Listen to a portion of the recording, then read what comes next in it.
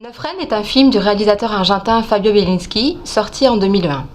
Il met en scène Marcos, un escroc à la petite semaine, et Juan, un amateur, de prime abord,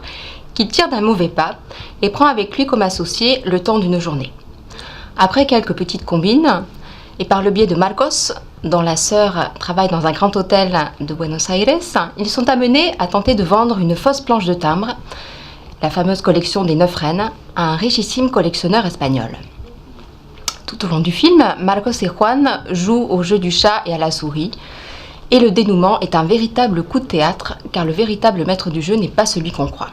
Cette histoire d'arnaque à l'Argentine n'est pas sans rappeler le scénario de Usual Suspects ou La prisonnière du désert de David Mamet, et c'est le premier film du réalisateur Fabian Bielinski, disparu prématurément en 2006, qui sera un énorme succès. Il y fait tourner le Al Pacino argentin, c'est-à-dire Ricardo Darín, qu'il retrouvera en 2005 sur El Aura.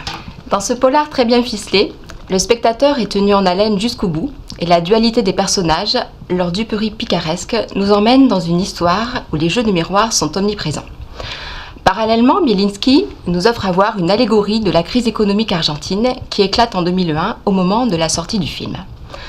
Dans une société ravagée par 10 ans d'économie néolibérale sous la houlette du président Carlos Menem et de son successeur Fernando de la Rúa, on y voit émerger une société d'économie parallèle, ce monde de la petite délinquance, des chorros, des picaros,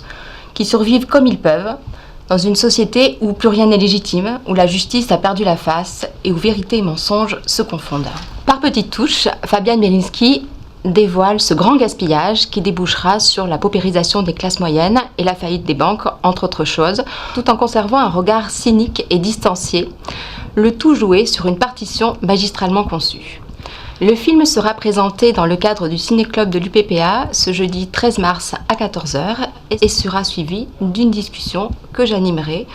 autour du film sur le cinéma argentin et sur le contexte socio-historique de l'Argentine actuelle.